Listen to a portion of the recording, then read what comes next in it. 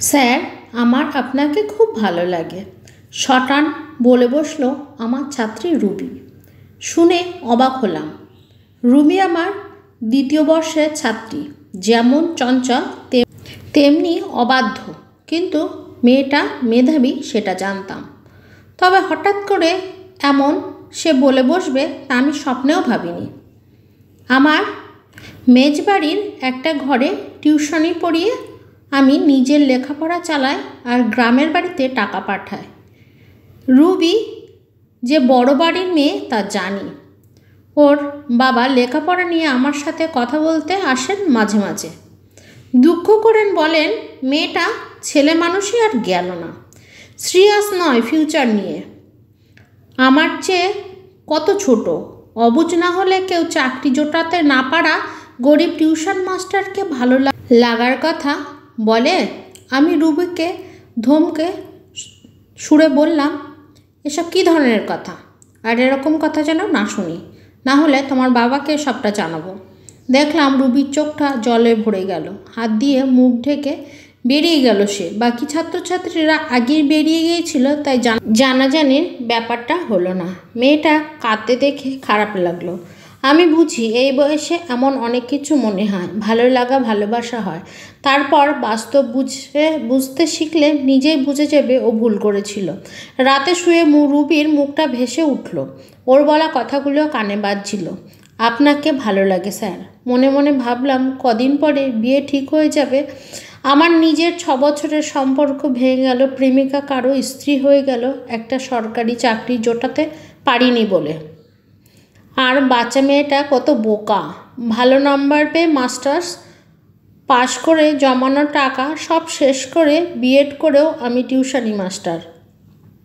আমি বাড়ির বড় ছেলে, বেকার বড় ছেলে, পরীক্ষায় পাশ করেও চাকরি হয় না, কেস হয়ে যায়। কতবার ইন্টারভিউতে আটকে গেছি। শেষ বয়সে এসে বাবা মাকে বলতে শুনেছি মরার আগে তাদের সুখ শান্তিতে স্বচ্ছন্দে কিছুই দিতে পারিনি। এত লেখাপড়া শিখিয়ে কোনো লাভ হয়নি। সত্যি আমি অপারগ বটে। প্রেমিকা বড় অস্থির ছিল আমার সরকারি চাকরি নিয়ে। বেশ কিছুদিন অপেক্ষা করার পর বাবার ঠিক করা চাকরিজীবী ছেলের সাথে ঘর বেঁধেছে। আমার চোখের জল, অসহায়তা কিছুই চোখে পড়েনি তার। এরপর বয়স বেড়েছে, টিউশনি মাস্টার উপাধি পাওয়ার পর আর কাউকে ভালোবাসার কথা বলিনি। আমারও কাউকে নিয়ে এ ধরনের কিছু ভাবতে মন চায়নি। বাড়িতে অবশ্য বলেছে গ্রামের কোনো মেয়েকে বিয়ে করে চাষের কাজ শুরু করতে। আমি তা শুনিনি। নিজের লক্ষ্য পূরণের শেষ চেষ্টাটুকু ছাড়তে নারাজ ছিলাম আমি। আর ঠিক করেছিলাম বিয়ে করব না। ভালোবেসে দেখেছি ভালোবাসার চেয়ে প্রফেশনটা বেশি গুরুত্বপূর্ণ। আর এটাই ঠিক করে বাবা মায় এই চাইবে না যে নিজের মেয়ে অনিশ্চিত ভবিষ্যতের দিকে ফেলে দিতে। তবে রুবি ব্যতিক্রম ছিল, যেটাকে আমি ছেলে মানুষই ভেবে ভুল করেছিলাম। কিছুদিনের মধ্যে রুবির মধ্যে অনেকগুলো পরিবর্তন লক্ষ্য করলাম। আগের চেয়ে অনেক শান্ত হয়ে লাগে ওকে। পড়ায়ও ঠিকঠাক করে আনে। আগের মতো ওর খাতায় ছবি এঁকে বোঝানোর জন্য হুটোপুটি করে না। চুপচাপ নিজে সাইকেল নিয়ে পড়তে আসে। নির্দিষ্ট সময়ে আগের মতো আর দেরি করে না। সত্যি বলতে ওর এই চেষ্টাটা আমার ভালো লাগেনি। ওকে প্রাণবন্ত অবস্থায় বেশি ভালো লাগতো। একদিন রাত 12টায় রুবির ফোন পেলাম। বলল, শুভ জন্মদিন। আপনি বারণ করেছেন বলে আর কিছু বলিনি, কিন্তু আমার আপনাকে ভালো লাগে। আমি কি বলবো বুঝতে পারলাম না। বাইরে কে একজন বলে উঠল, দাদা পার্সেল আছে। বাইরে বেরিয়ে একটা বক্স পেলাম।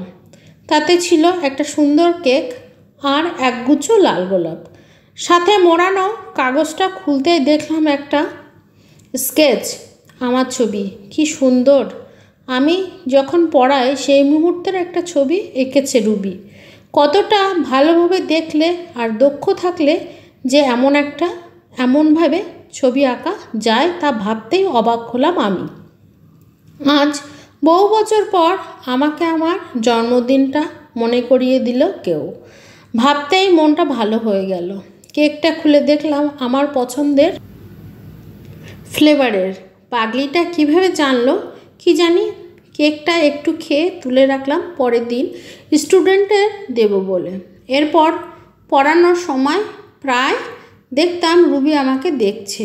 চোখে চোখ পড়তে লজ্জা পেয়ে যেত। আমি ওর মিষ্টি ফর্সা মুখটার দিকে তাকিয়ে ভাবতাম কী দেখে আমাকে ভালো লাগলো ওর। আর বুঝতাম ধীরে ধীরে আমিও ওর মায়াজালে জড়িয়ে পড়ছি। একটু একটু করে আমার মন জুড়ে ছড়িয়ে পড়ছে রুবি। আমার শত না চাওয়াতেও আটকাতে পারলাম না আমার মনকে। এভাবে আরও একটা বছর কেটে গেছে। সেদিন রুবিদের ব্যাচের লাস্ট ক্লাস ছিল। মনটা বিষাদে ভরে যাচ্ছিল আমার। দেখছিলাম রুবির চোখের জল ছলছল করছে। শেষ ক্লাসের পরীক্ষার যাবতীয় প্রশ্ন বুঝিয়ে ক্লাস শেষ করলাম। দেখলাম রুবি শুধু আমার দিকে তাকিয়ে আছে। একা একা সবাই বাড়ি চলে গেল। এদিন রাতে ঘুম এলো না আর চোখে। জেগে ভাবছিলাম অনেক কিছু। হঠাৎ বেজে উঠল ফোনটা। তাকিয়ে দেখলাম রুবির ফোন। আপনি আমাকে ভুলে যাবেন তাই না? ভুলবে তো তুমি যাবে। লেখাপড়ার চাপ আরও বাড়বে। তবে তোমার ছেলে মানুষগুলো মিস করব। আচ্ছা, কাউকে ভালোবাসা কি অন্যায়? মোটেই তা না, কিন্তু কাকে ভালোবাসার কথা বলছো সেটা ম্যাটার করে। কল্পনা আর বাস্তব এক নয়। আমি কি আপনার যোগ্য নই? না, আমি তোমার যোগ্য নই সমাজের চোখে। এমন কেন বললেন? আমার পরিচয় কি জানো?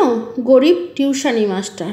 কারোর বাড়ির লোক এমন কারোর সাথে সম্পর্ক মেনে নেবে না।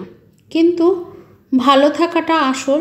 ভালো থাকতে গেলে ভালোবাসার সাথে সাথে সামর্থ্যটাও দরকার, মানে টাকা।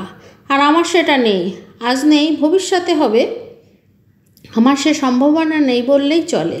চাকরির পাওয়ার বয়স শেষ হতে চলেছে। আমি চাকরি করলেই তো একে ব্যাপার হবে, দুজনের দিব্যি চলে যাবে। সত্যি তুমি ছেলে মানুষ, তুমি আমার দায়িত্ব নেবে। দুজন না দায়িত্ব নেব। আমাকে 2 বছর সময় দিন। আমার জন্য অপেক্ষা করতে পারবেন? 2 বছর একটা চাকরি জোগাড় করতে পারবে? চাকরির বাজার যে খারাপ, চেষ্টা করব প্রাণপণ। আমি আপনার সাথে থাকতে চাই। আচ্ছা, তাই হোক। 2 বছর পরে আমাদের দেখা হবে আবার। সেদিন চাকরিজীবী হওয়ার পরেও যদি তোমার আজকের কথাগুলো সামান্য মনে হয় তো আমি স্বচ্ছন্দে রাজি। দিন এগিয়ে চলল। রুবি চেষ্টা দেখে মুগ্ধ হলাম আমি। পাগলের মতো পড়ে মেয়েটা। মাঝে মাঝে কথা হয় আমার সাথে। পড়াশোনার ফোন করে জিজ্ঞাসা করে।